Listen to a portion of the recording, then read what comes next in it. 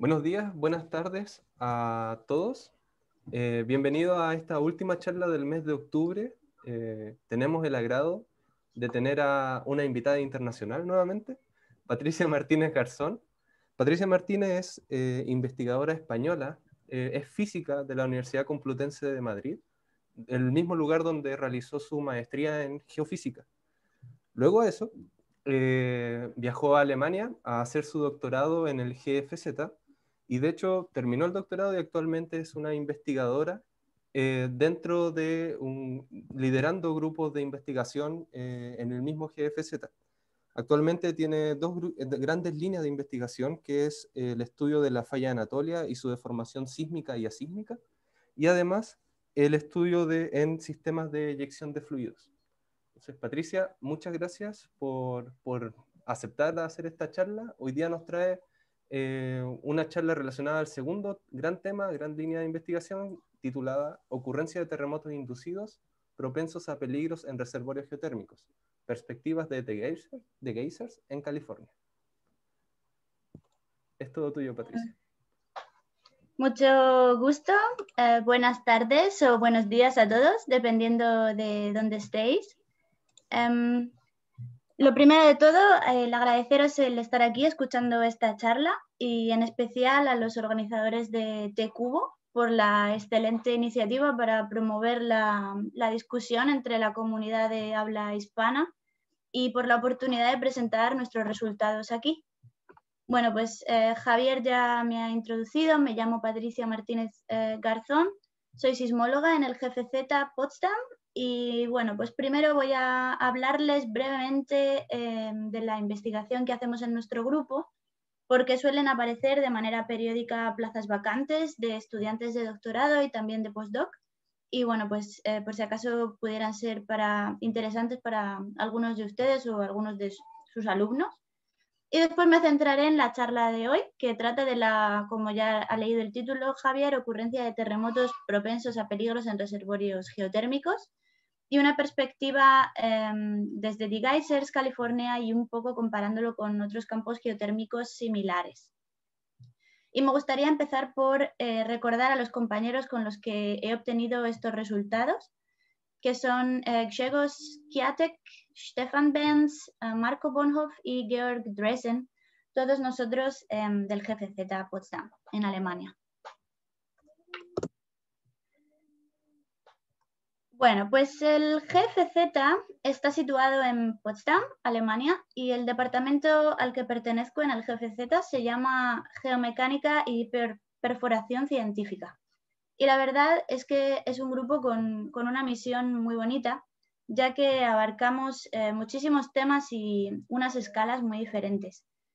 Su misión principal es la investigación de procesos geomecánicos a lo largo de toda la corteza terrestre, desde escala de milímetros en el laboratorio hasta escala de cientos de kilómetros en las placas tectónicas, y también desde la deformación frágil propia de la corteza superior hasta el comportamiento más dúctil propio de la transición a mayor profundidad hacia la plastosfera. Y el jefe de la sección es el profesor Marco Bonhoff, que también es el presidente del ICDP, International Continental Drilling Program, que por ejemplo desarrolló el proyecto KTB en Alemania, donde se taladró exitosamente con fines científicos hasta los 9,1 kilómetros de profundidad y haciéndolo así el pozo con fines científicos más profundo del mundo. Y bueno, pues como he dicho, parte de la misión principal es la integración de diferentes escalas. En el laboratorio hacemos experimentos de deformación de rocas y también analizamos escalas de cientos de kilómetros con el análisis del límite de placas tectónicas. Y en este ámbito es interesante destacar que coordinamos las actividades del Observatorio Geofísico GONAF en el Mar de Mármara, cerca de Istambul, donde tiene lugar uno de los componentes más importantes de mi investigación y del cual hablaré en otra ocasión. No, hoy no. Y bueno, pues aquí están los temas y procesos que el grupo entero investiga con su trabajo. Somos uno de los grupos más numerosos del GFZ Y solo somos una minoría de sismólogos. También tenemos a la gente haciendo experimentos en el laboratorio con deformación de rocas, también haciendo experimentos reológicos a alta temperatura y alta presión y aplicando estos conceptos a datos reales. Así que sin más preámbulos, si estos temas les resultan interesantes y algunos de vosotros o vuestros estudiantes se sienten preparados para venir al GCZ, no dudéis en contactarnos, tanto a mí o directamente al profesor Marco Bonhoff. Bueno, pues vamos a empezar con un poco la introducción de mi charla de hoy. Es posible que la producción de reservorios geotérmicos reciba incluso más atención en un futuro cercano, dados los planes necesarios para reducir las emisiones de gases de efecto invernadero y lograr así una economía y una sociedad más neutrales en emisión de carbono. Y un derivado muy común, desgraciadamente o no, de la geotermia es la ocurrencia de sismicidad inducida. Las operaciones geotérmicas se enfrentan generalmente con pocos problemas de aceptación pública, ya que son una energía verde, pero esto puede cambiar instantáneamente, y ha sucedido así en el pasado, si los terremotos inducidos llegan a ser lo suficientemente grandes como para que la población local los sienta o causen daños a cierta infraestructura local, como puede ser el caso de Basel en Suiza o más recientemente el caso de Pohang en Corea, que es uno de los casos más famosos en el que fue inducido el terremoto más grande debido a proyectos geotermales con magnitud 5,8. Y en esta charla nuestro principal objetivo es resumir algunas de las lecciones principales que aprendimos del análisis sismológico y geomecánico de microsismicidad en The Geysers, California, en una serie de estudios que realizamos en los últimos años, quizás aquí desde un punto de vista algo más aplicado y no tanto desde la sismología fundamental. Y en segundo lugar, comenzar quizás a identificar algunas características del catálogo local de eventos que cuando se combinan con los datos hidráulicos de inyección de fluido podrían permitir una mejor cuantificación del peligro sísmico. Y en particular hablaré un poco de la eficiencia de inyección sísmica.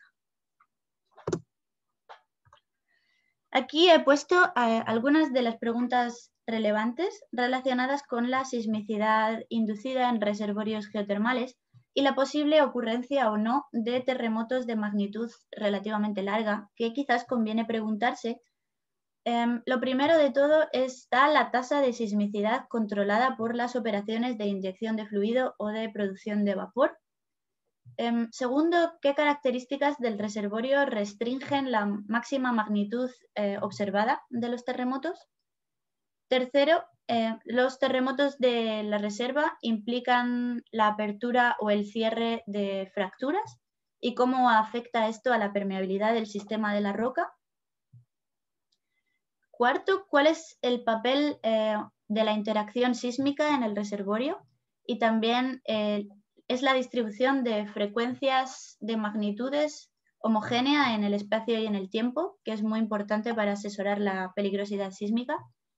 Y finalmente son los terremotos más grandes, los llamados self-arrested rupture o de ruptura autocontrolada, o más bien runaway ruptures de propagación fuera de control. Bueno, pues esto es mucho material, pero aquí trataré de dar una idea general de muchos de estos aspectos a través del campo geotérmico de geysers. Quizás muchos de vosotros o de ustedes ya son familiares con el campo geotermal de geysers, que está en la parte norte de California, localizado a unos 60 kilómetros de San Francisco. El campo de geysers es el reservorio de producción geotermal más grande del mundo. Y en esta curva roja representa la producción de vapor anual y la curva azul el volumen de agua inyectado. La producción de energía geotérmica en The Geysers comenzó alrededor de la década de los 60, extrayendo vapor del reservorio que está aproximadamente ubicado entre 2 y 4 kilómetros de profundidad. y por tanto D-Geysers es un excelente ejemplo de un sistema geotermal maduro que ha sostenido una larga producción en el tiempo. Actualmente produce un porcentaje de energía que podría mantener a una ciudad del tamaño de San Francisco, solamente con la energía geotermal que produce. Y actualmente se registran aproximadamente 20.000 eventos sísmicos al año, con magnitudes hasta 4,9. Y bueno, pues estos círculos naranjas son la distribución espacial de estos terremotos, que cubren aproximadamente un área de 20 por 20 kilómetros y que están muy bien monitorizados por una red local de 32 estaciones. Nosotros nos vamos a centrar en esta charla en una pequeña parte de D-Geysers en la parte noroeste. Allí la sismicidad está claramente modulada por la tasa de inyección de agua en dos pozos cercanos, Prati 9 y Prati 29. Voy a decir su nombre en inglés porque estoy demasiado acostumbrada. Y el catálogo relocalizado de terremotos incluye un total de 1.550 eventos de magnitudes comprendidas entre 1,3 y 3,2. Y para comparar nuestros resultados en D-Geysers, voy a recurrir de manera frecuente al proyecto profundo geotérmico ST1 en Helsinki, en el que recientemente, en 2018, nuestro grupo, capitaneado por Grzegorz Kiatek en esta ocasión, ha logrado poner un sistema geotermal a 6,1 kilómetros de profundidad, convirtiéndolo así en el más profundo del mundo. El proyecto tiene como objetivo proveer de energía al campo universitario de Espoo, en el área metropolitana de Helsinki. Y mientras se inyectaba el fluido a través de uno de los pozos para incrementar la permeabilidad del sistema y lograr una comunicación hidráulica entre los pozos, se desarrolló un monitoreo a tiempo casi real, lo cual permitió adaptar la inyección de fluido según se veía la respuesta sísmica del reservorio. En la primera estimulación, que sucedió en 2018, se alcanzó una magnitud máxima de 1,9 y en la segunda estimulación, hace tan solo unos meses, se alcanzó una máxima magnitud de 1,7. Y esto quiere decir que se cumplió exitosamente el objetivo del proyecto de mantener las magnitudes de los terremotos por debajo de 2, lo cual hubiera supuesto una alerta roja que hubiera paralizado el proyecto geotermal. Y para comparar el volumen inyectado en esta estimulación, por lo menos en la primera estimulación de 2018, es comparable al volumen inyectado en Cooper Basin, en Australia, donde la máxima magnitud fue de 3,7 y es casi el doble de la cantidad inyectada en Basel, en Suiza, donde se alcanzó una máxima magnitud de 3,4.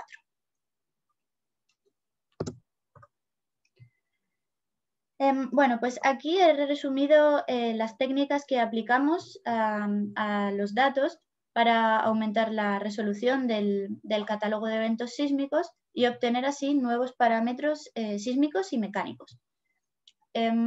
Primero, uno de los más importantes es el refinamiento de la localización de los terremotos.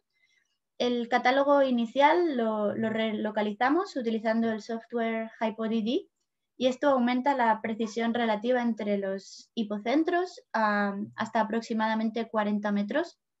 Y esto permite obtener una imagen en más resolución de la migración de los fluidos y algunos posibles planos de falla que puedan existir a profundidad. También calculamos mecanismos focales y tensores de momento sísmico que se estiman para iluminar la respectiva contribución de cizalla, apertura o cierre de fracturas. Y para ello utilizamos el software HybridMT, que también lo hemos desarrollado en nuestro grupo. También calculamos ciertos parámetros de la fuente sísmica. Estimamos la energía liberada en terremotos individuales en términos de su momento sísmico escalar. o empleando los métodos de spectral fitting o spectral ratio, también para calcular la caída de esfuerzos dentro de los terremotos. Y finalmente estimamos los tiempos y las distancias entre los terremotos en el catálogo utilizando el método de Nearest Neighbors o vecinos más cercanos para identificar sismicidad de fondo y premonitorios y réplicas. Y utilizamos el método propuesto por Zaliapin and Ben-Zion.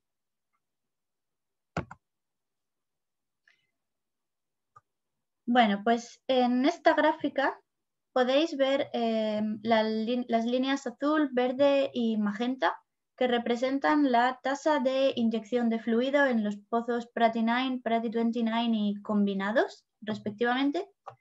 Y las líneas verticales negras con el círculo rojo en la punta representan el número de eventos sísmicos cada mes. Aquí vimos que durante todo el periodo de tiempo analizado, que cubre aproximadamente 8 años, la tasa de sismicidad siguió muy de cerca a la tasa de inyección de fluido combinada de los dos pozos, Prati 9 y Prati 29. Y en contraste, aquí no está mostrado, pero bueno, se lo puedo decir, la producción de los 5 pozos productores más cercanos no mostró ningún vínculo significativo con la sismicidad. Y esto, por tanto, indica que la ocurrencia de la sismicidad está controlada en gran medida por la inyección de agua en el yacimiento. También hemos observado que la sismicidad en este área tiende a ocurrir en un elipsoide, en un volumen elipsoidal que contiene a los dos pozos de inyección. En The Geysers, el volumen de fluido inyectado varía estacionalmente, con más cantidad de agua inyectada en invierno y por tanto el volumen de los hipocentros es mayor y menos en verano. Y para ver este efecto más claramente, en esta gráfica de la derecha, la línea negra representa la tasa media de inyección de fluido y la línea roja es el volumen del elipsoide, incluyendo la sismicidad activa durante esa ventana temporal. Y observamos una excelente correlación entre ambas curvas de aproximadamente 0,85. Entonces, esta expansión y contracción de la nube sísmica modulada por la tasa de inyección probablemente sea impulsada, o nosotros eso creemos, por los esfuerzos termoelásticos que inducen sismicidad cerca de los pozos y también este efecto superpuesto con efectos poroelásticos que inducen sismicidad a mayor distancia de los pozos durante los picos de inyección. Bueno, pues aquí veis un mapa de la sismicidad inducida en la región de análisis después de la relocalización y el color indica el mecanismo de falla normal, strike slip o falla inversa. Es, como ya he dicho, interesante. Aquí pueden ver la elipse que marca la elipse que contiene a todos los epicentros de sismicidad y que tiene su eje largo casi alineado con la orientación del esfuerzo máximo horizontal, estimada a partir de la inversión de los mecanismos focales. Y estos hallazgos son consistentes con otros proyectos geotermales, por ejemplo el de Suls-Sufoguet en Francia o también Stiwan en Helsinki. En segundo lugar, más que la activación de un solo plano de falla, la gran diversidad de los mecanismos focales, en comparación con el volumen relativamente pequeño en el que los eventos sísmicos están contenidos, indica la reactivación de una red de fracturas y fallas dispersas más que un solo plano de falla. Y esta deformación distribuida en una red de fracturas dispersas es similar a lo que se ha observado que ocurre en Stiwan, Helsinki, donde también la sismicidad sigue de cerca la inyección de fluido y hay una rápida disipación de la energía. Sin embargo, allá en Helsinki los mecanismos focales son algo menos heterogéneos que en The Geysers.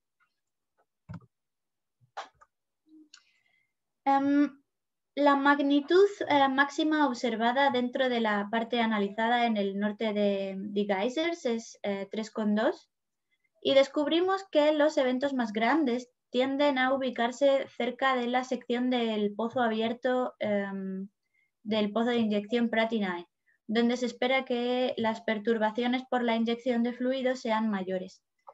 Y allá por 2014, Art Magar encontró una relación semiempírica de escala entre el volumen inyectado acumulativo y la liberación máxima observada del momento sísmico, que proporciona un límite superior para varias operaciones de inyección de fluido, cada una de ellas representada aquí por un círculo diferente. Así, por ejemplo, para el volumen de fluido inyectado en nuestro área de The Geysers en un periodo de 2 años y medio, que representa el tiempo desde el inicio de operaciones hasta la ocurrencia del evento de mayor magnitud, el modelo de Magar predeciría una magnitud máxima de 5, pero sin embargo este valor es mucho más grande que lo que se observa en realidad, de 3,2, y 5 es incluso más grande que lo que nunca ha ocurrido en todo el campo de Geysers, con muchísimos más pozos de inyección. Esto no es del todo sorprendente, ya que el modelo de Magar se debe aplicar principalmente a eventos sísmicos causados por la perturbación de la presión de poro. Y sin embargo, en The Geysers, el agua fría inyectada en la roca a alta temperatura da como resultado esfuerzos térmicos elevados que inducen sismicidad. Y además, una proporción sustancial del agua inyectada se convierte rápidamente en vapor y ya no contribuye más a incrementar la presión de poro. En resumen, la baja magnitud que se observa en The Geysers podría explicarse por el papel destacado de los esfuerzos térmicos y también la posibilidad de una deformación asísmica adicional relacionada con las actividades de inyección de fluido, tales como subsidencia. Sin embargo, encontramos una buena concordancia entre la máxima magnitud observada en The Geysers y su predicción por la relación propuesta por el profesor Shapiro, basada en la extensión del volumen perturbado por la inyección de fluido, que está aquí aproximado como el volumen que permanece sísmicamente activo.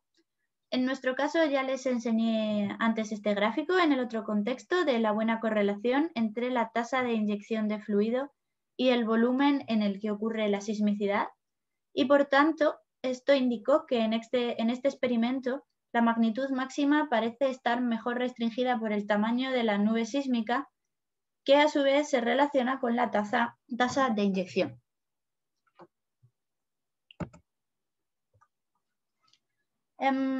Bueno, pues en esta diapositiva voy a hablar un poco de los parámetros de la fuente sísmica y la caída de esfuerzos.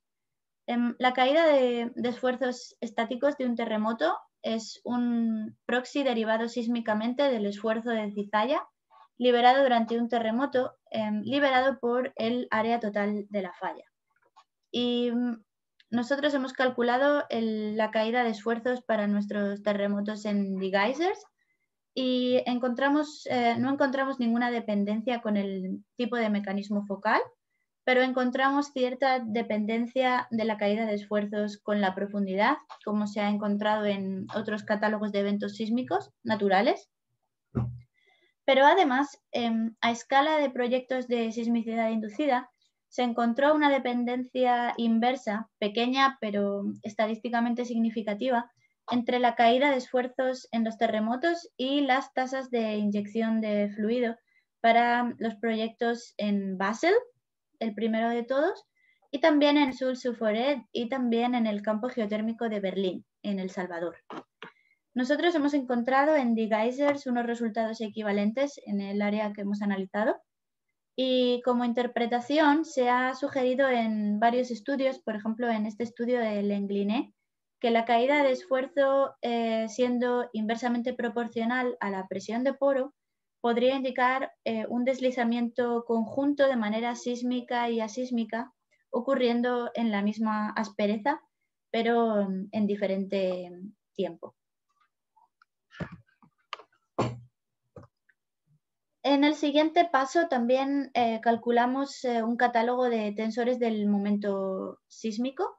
Y para calcular nuestros tensores del momento sísmico hemos aplicado nuestra inversión híbrida, que utiliza como datos de entrada amplitud y polaridad del primer movimiento de la onda P.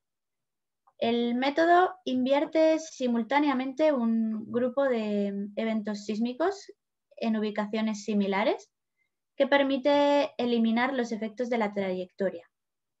Y luego realiza un refinamiento iterativo de la solución que permite detectar estaciones que sufren de una ganancia incorrecta o efectos de sitio. Y aquí pueden ver algunos de los datos sintéticos que generamos con la proporción entre esto se llama un Hudson plot, muestra la proporción de componente volumétrico y CLBD, y muestra cómo en la primera iteración los datos recuperados forman una nube más o menos dispersa, y en las siguientes iteraciones la solución converge hasta formar casi una línea que es la solución correcta.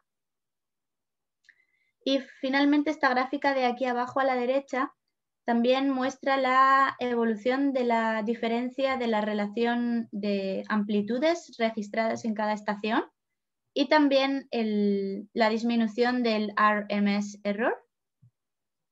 Y bueno, pues nuestro método, debido a este Site Correction Factor, permite identificar estaciones que puedan sufrir de, por ejemplo, una ganancia incorrecta o de efectos de sitio bastante notorios. Si miramos a los tensores completos del momento sísmico, los terremotos inducidos relacionados con actividades geotermales a menudo incluyen un componente volumétrico positivo que indica la apertura de nuevas fracturas. Y cuando muchos terremotos incluyen estos componentes volumétricos positivos, esto se puede tomar como una indicación de un aumento de permeabilidad del sistema. Y en la zona que nosotros analizamos en D-Geysers, calculamos aproximadamente unos 900 tensores de momento sísmico. Clasificamos la sismicidad de manera temporal y calculamos el porcentaje volumétrico promedio para ventanas móviles que contienen 20 eventos. En esta figura muestra en rojo la tasa de inyección agregada de los dos pozos y en negro el porcentaje volumétrico promedio de los terremotos inducidos. Como los cambios que nosotros vemos en este porcentaje volumétrico durante los picos de inyección es mayor que la incertidumbre estimada, llegamos a la conclusión de que este aumento del componente volumétrico durante los picos de inyección podría representar la apertura de nuevas fracturas durante estos tiempos de aumento de la presión de poro en el reservorio geotermal. Y bueno, pues si consigo...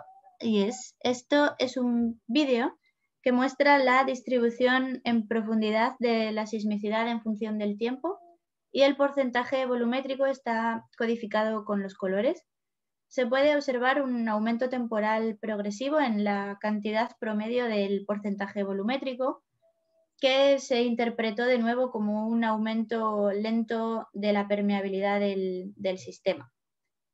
Y también vimos que los componentes volumétricos más grandes se concentran en en la parte principal de la nube sísmica, a unos 400 metros de la sección abierta del pozo de inyección Pratinai.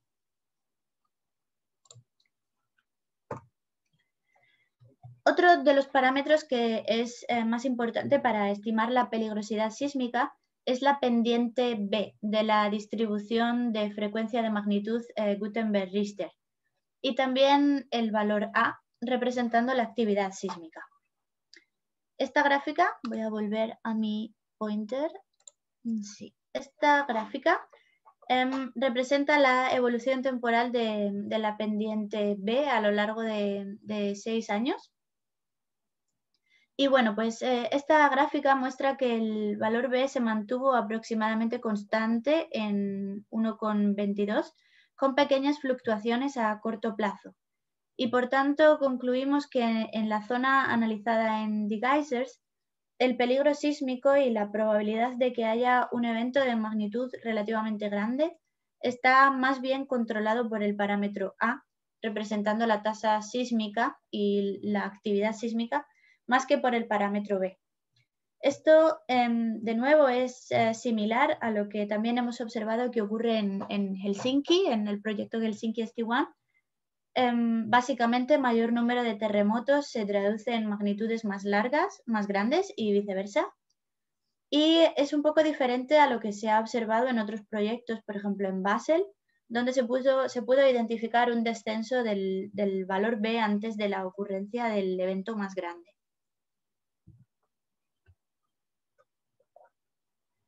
En esta parte de la charla analizamos también la interacción entre la sismicidad y cuánto de importante es la transferencia de esfuerzos entre los terremotos, para aclarar en qué medida la interacción entre terremotos se ve afectada por la inyección y producción de fluidos dentro de los campos geotérmicos. Hemos aplicado la metodología de Tzaliapin and Ben-Zion, que se basa en un Nearest Neighbor Approach, utilizando los vecinos más cercanos, en los dominios del espacio, tiempo y magnitud. Y la principal ventaja de esta técnica es la poca parametrización que se requiere. Solamente se necesita el valor de B y también la magnitud a partir de la cual el catálogo está completo. Y también nos gusta este método porque es bastante robusto. La distancia entre los eventos se puede descomponer en su componente espacial T y su componente espacial R y su componente temporal T, que están rescalados con la magnitud. Y cuando se representa las distancias temporales y espaciales rescaladas, vemos que los catálogos de sismicidad tienden a formar una distribución bimodal correspondiente a un modo de sismicidad de fondo que ocurre a mayor distancia temporal y espacial y se considera que ocurren aleatoriamente en el espacio y tiempo, y un segundo modo que constituye los terremotos que ocurren anómalamente cerca en espacio-tiempo, lo que se conoce como triggered seismicity, y corresponde con terremotos premonitorios o réplicas.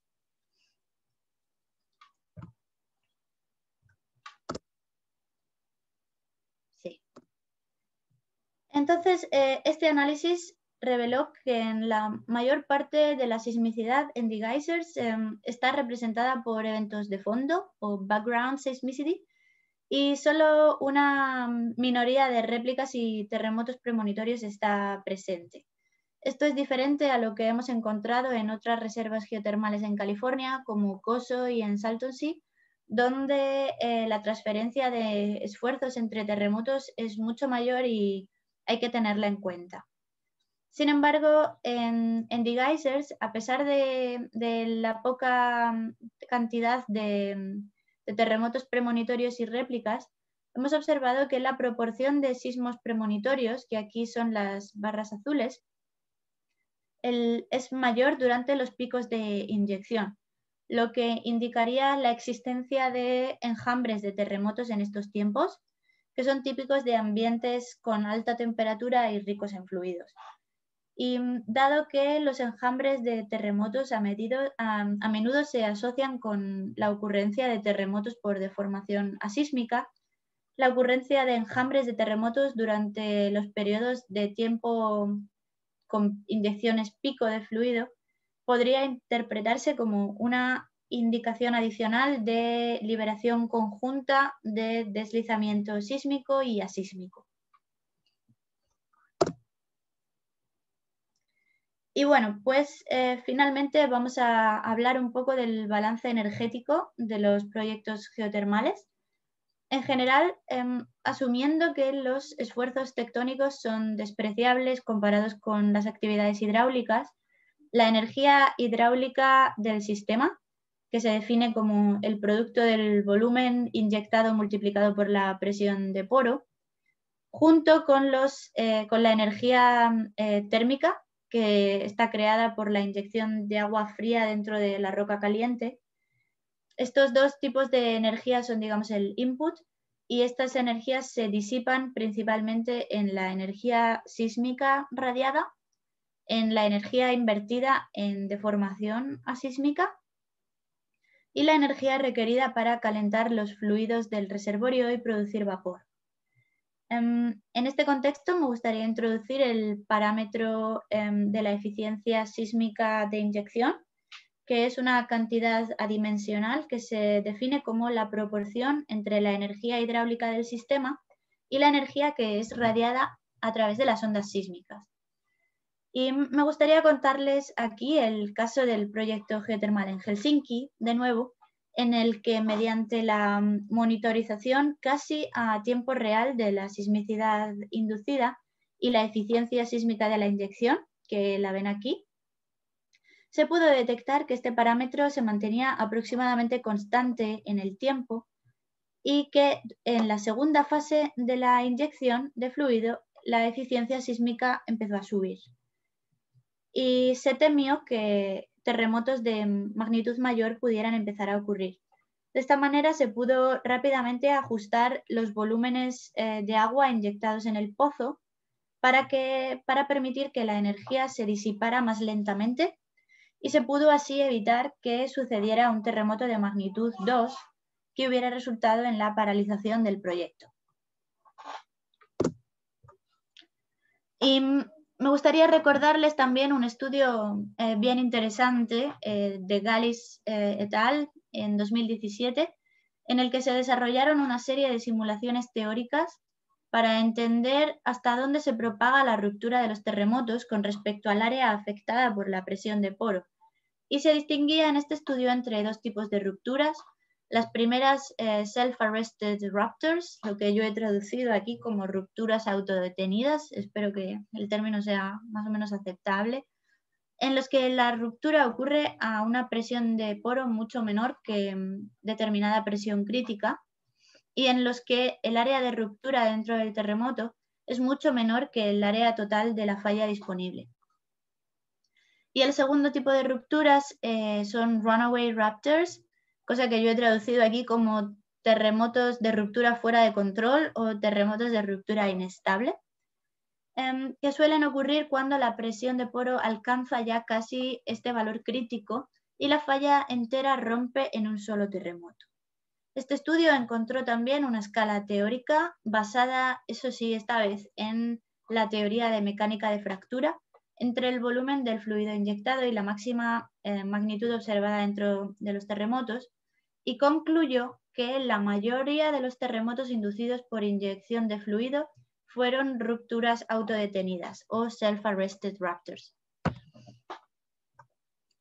Y en esta diapositiva mostramos la evolución de este parámetro, la eficiencia sísmica de la inyección, durante la estimulación de varios proyectos geotermales con respecto a la energía hidráulica del sistema, en este primer gráfico, y también con el volumen cumulativo inyectado.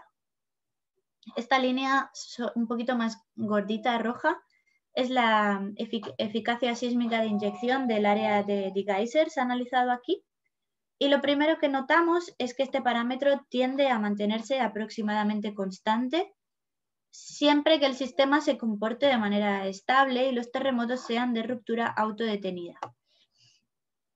Pero como se ve ya en estos gráficos, algunos de estos proyectos muestran desviaciones de este régimen de estabilidad y se observa, por ejemplo, un incremento casi todo el tiempo. Este parámetro está incrementando, tal como por ejemplo esta línea negra aquí que corresponde al proyecto en Copper Basin, o incluso la línea morada que muestra un aumento casi exponencial que corresponde al proyecto de Pohang en Corea.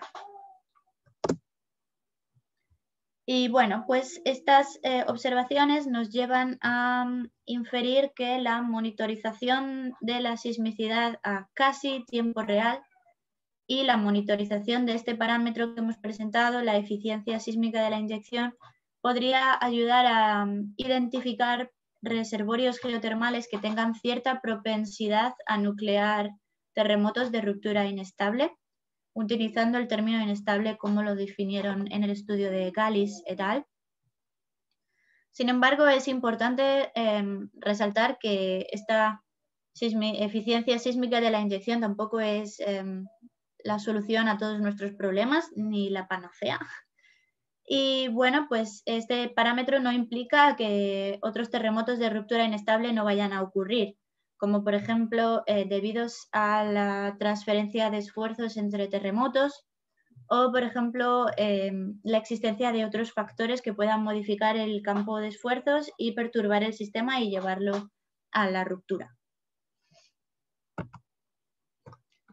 Bueno, pues esto ha sido todo básicamente. En esta charla he descrito algunos de los resultados clave del análisis de microsismicidad y parámetros geomecánicos en el campo geotérmico de geysers. Encontramos que el monitoreo a casi tiempo real de la eficiencia de inyección sísmica durante la estimulación permitiría, siendo optimista, identificar una propensión del reservorio hacia nuclear terremotos de ruptura inestable y, digamos, monitorizar un aumento del riesgo sísmico. En el análisis de geysers y su comparación con otros sitios geotérmicos nos permitió plantear la hipótesis de que ciertas características presentes en el catálogo de sismicidad podrían apuntar a un potencial alto o bajo de rupturas inestables. En particular, proponemos que un reservorio con baja propensión a romper en terremotos inestables podría incluir un valor B estable en el tiempo, indicios de que la deformación se está acumulando en un sistema de fracturas distribuida, una eficiencia de inyección sísmica baja o estable, la existencia de componentes volumétricos que sugerirían una disipación de energía en procesos asísmicos o apertura de fracturas, y finalmente una interacción limitada de terremotos. En contraste, los reservorios con alta propensión a romper en terremotos inestables podrían incluir cambios notables en el valor de B, acumulación de deformación a lo largo de determinados planos sismogénicos y una gran eficiencia sísmica de la inyección y finalmente una alta interacción sísmica. Y bueno, pues con esta diapositiva me gustaría concluir. Muchas gracias por su atención. Les dejo aquí con algunas referencias. Este estudio aparecerá, me parece que el mes que viene, en el Special Issue de Geotermia, que va a aparecer en The Leading Edge. Y estaré muy feliz de escuchar sus comentarios o si tienen preguntas. Muchas gracias. Muchas gracias a ti, Patricia. La verdad, muy buena presentación. Soy un ignorante en todos estos temas, así que yo en particular aprendí demasiado. Muchas gracias, Patricia. Muchas gracias a vosotros. Sí, y de hecho, muy bien llevada la presentación también. Recordamos a los participantes que pueden escribir sus preguntas a través del chat. Ya tenemos algunas. Voy a comenzar con la que está escrita en el chat. Yo tengo otras. Gabriel Álvarez pregunta si es posible que se esté acumulando energía sísmica y esta en algún momento pueda nuclear un gran sismo.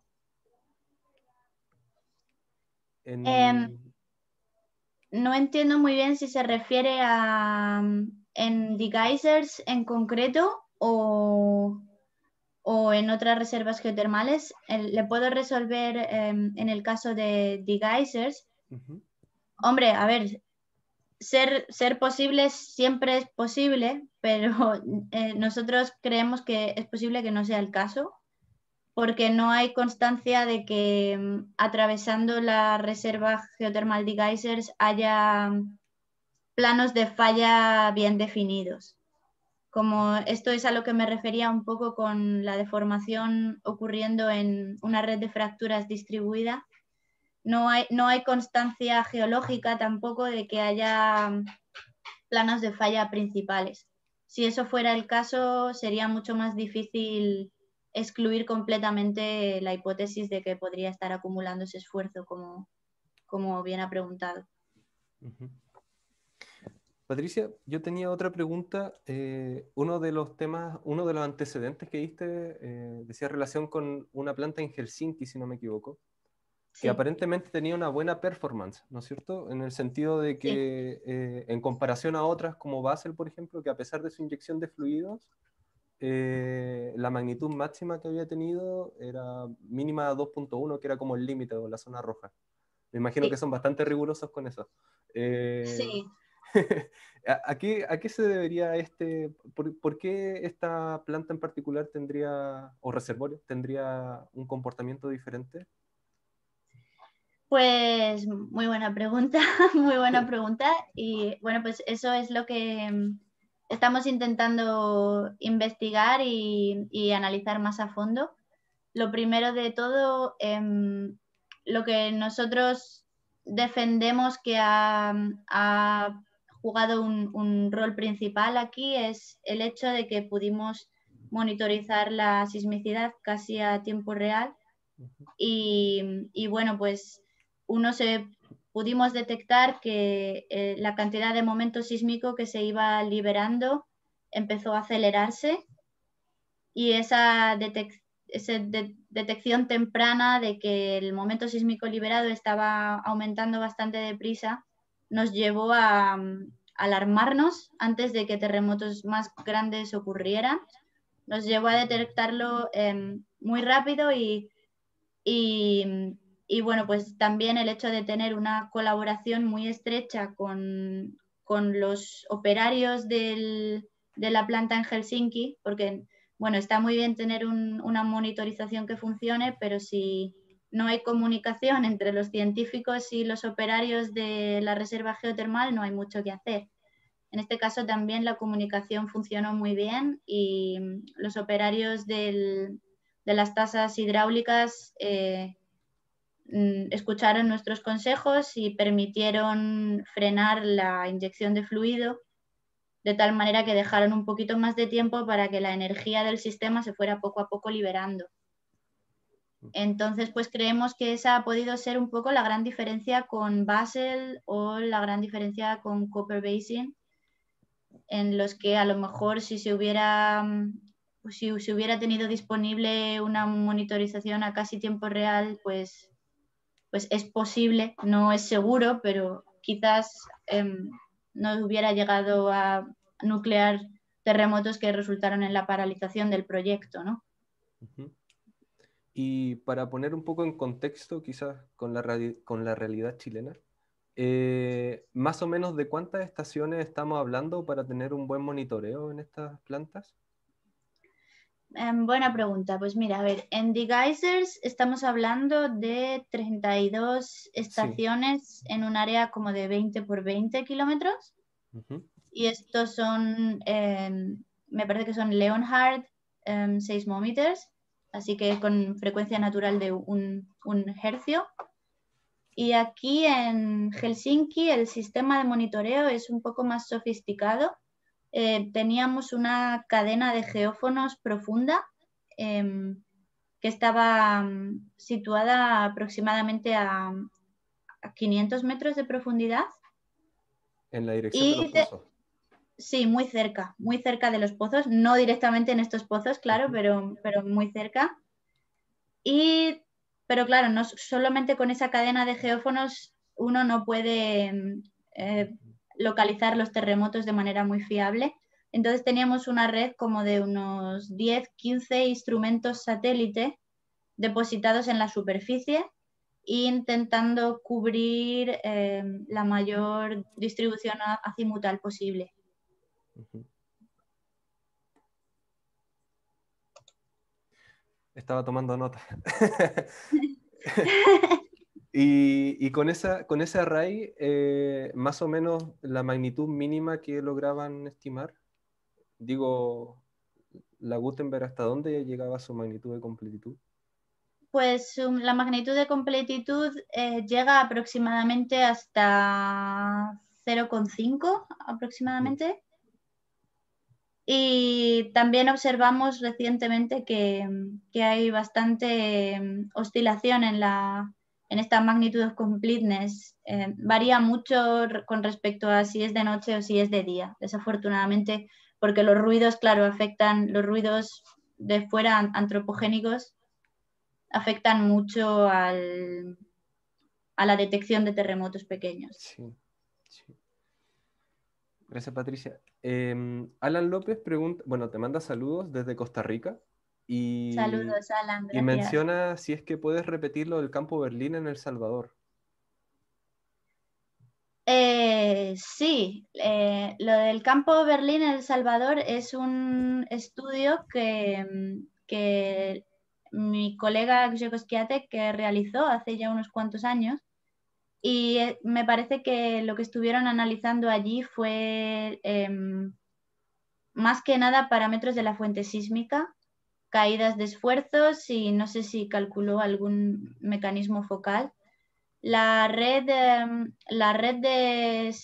estaciones sísmicas no era tan óptima en El Salvador, pero bueno, aún así se pudo realizar un estudio de mecanismos de fuente bastante decente y bueno, pues lo que obtuvieron ellos, y es el resultado que he intentado mencionar aquí, es el tema de que la caída de esfuerzos, lo llamo caída de esfuerzos al stress drop, es inversamente proporcional a la presión de poro. Y esa observación se ha interpretado en que la misma aspereza se desliza tanto sísmicamente como asísmicamente. Genial. Aquí hay otra pregunta y la voy a combinar un poco con la mía. Eh, Hablaste en toda la charla de que, claro, habían deformaciones sísmicas y asísmicas también que son bastante interesantes. Eso, aparte de verlo con un tema de porcentaje de eficiencia de energía sísmica, ¿se ha podido ver con instrumental GPS? ¿O hay algunas observaciones de deformación en superficie que nos indicarían eso? Buena pregunta. Que yo sepa, no. Sé que hay varios, bueno, sí y no, para ser más preciso. Lo que sí que sea, el tipo de deformación asísmica que está bien documentado en The Geysers es deformación vertical, tanto relacionada con la subsidencia por la producción extrema de fluidos durante muchos años, como lo que se llama uplift, el Alzamiento. hinchamiento de, Sí. sí, el hinchamiento debido a la inyección de fluido. Eso sí que está bien documentado, que dependiendo de la estación del año y tal, hay mucha deformación vertical que ocurre de manera asísmica. Ujú. Lo que no está tan bien documentado es, por ejemplo, algún tipo de señal transitoria que pudiera ocurrir, por ejemplo, relacionada con los tiempos de inyección máxima de fluido o algo similar. Que yo sepa, eso todavía no ha sido detectado. En esos tiempos de inyección máxima es donde tú observabas mayor deformación asísmica, ¿no? Perdón, Donde nosotros, la ocurrencia de precursores. donde nosotros inferimos Sí. que debería haber más deformación asísmica, sí. Sí. Y complementan un poco la pregunta acá, si es que hay datos de INSAR que puedan ser útiles en reservorios geotérmicos. Sí, muy buena pregunta. Sí, conozco al menos dos grupos que, bueno, INSAR no es mi especialidad, Ujú. pero conozco al menos dos grupos de científicos analizando los datos de INSAR en The Geysers, pero la verdad es que al final, por unas cosas o por otras, no he visto ningún estudio publicado en ese aspecto. Bueno, solamente conozco un estudio de Vasco en 2013, que es el que documenta la subsidencia, Ujú. pero ya está. Y otra pregunta, en la página, perdón, en la diapositiva 19, mostraste Ujú. como la variabilidad del v-value en Sí, el tiempo. Habían dos sí. líneas celestes que no recuerdo que la hayas mencionado. ¿Esos son episodios de qué? A estas dos líneas celestes corresponden, perdona, esto a lo mejor lo pasé muy rápido, he intentado cubrir mucho contenido en poco Sí. tiempo. Desde el principio del periodo que nosotros hemos analizado, había, como he dicho, dos pozos inyectando fluido. Uno de los pozos, Prati9, está inyectando fluido durante todo el tiempo que se muestra en esta gráfica. Y el segundo pozo, Prati29, solamente está inyectando fluido en el periodo de tiempo comprendido entre estas dos líneas Ok. celestes que están mostradas aquí. Entonces, un poco lo que estábamos investigando en esta figura era si la inyección adicional de fluido debido al segundo pozo había afectado de manera notoria a la distribución del valor B o también a la proporción de mecanismos focales de mecanismos normales o mecanismos de strike slip. Y la respuesta fue que no tanto. Sí, lo otro que me llamó la atención es que efectivamente estamos analizando un solo reservorio geotérmico, pero podemos ver que otros reservorios geotérmicos en el mundo son completamente diferentes. Entonces el comportamiento no es como una ley por ahora. Exacto. Y claro, aquí el B-value aparentemente es algo constante, pero viendo las otras figuras, también en otros reservorios esto es muy variable. Sí. Entonces eso es importante quizás mencionarlo, Sí, que no hay una receta. exacto, cada, por cada supuesto. sistema, cada sistema tiene su propia complejidad. Sí, exacto. Y por eso también es importante para nosotros intentar comparar nuestros casos en el caso de The Geysers o en el caso de Helsinki, o intentar compararlos siempre con otros ejemplos para ponerlo un poco todo en relativo, ¿no? Y lo que Ujú. sucede en The Geysers es posible que suceda también. Por ejemplo, hemos visto que The Geysers tiene mucho en común con la reserva de Helsinki, por eso los he comparado aquí un poco más de manera directa. Pero en otros estudios también he comparado The Geysers con otras reservas en California, como Coso o Salton Sea, y la respuesta sísmica es muy diferente. Ujú. Entonces sí, tienes toda la razón. hay que tener cuidado y no asumir que la respuesta sísmica va a ser igual. Patricia, tenemos una última pregunta en el chat. Te agradecen sí, por la presentación. Quería consultarte si en los registros pudieron identificar eventos LP o señales parecidas provocadas por el movimiento de los fluidos inyectados. ¿LP? ¿Sí? Ah, long Eh, periods, imagino. sí, sí. Ujú. Buena pregunta también.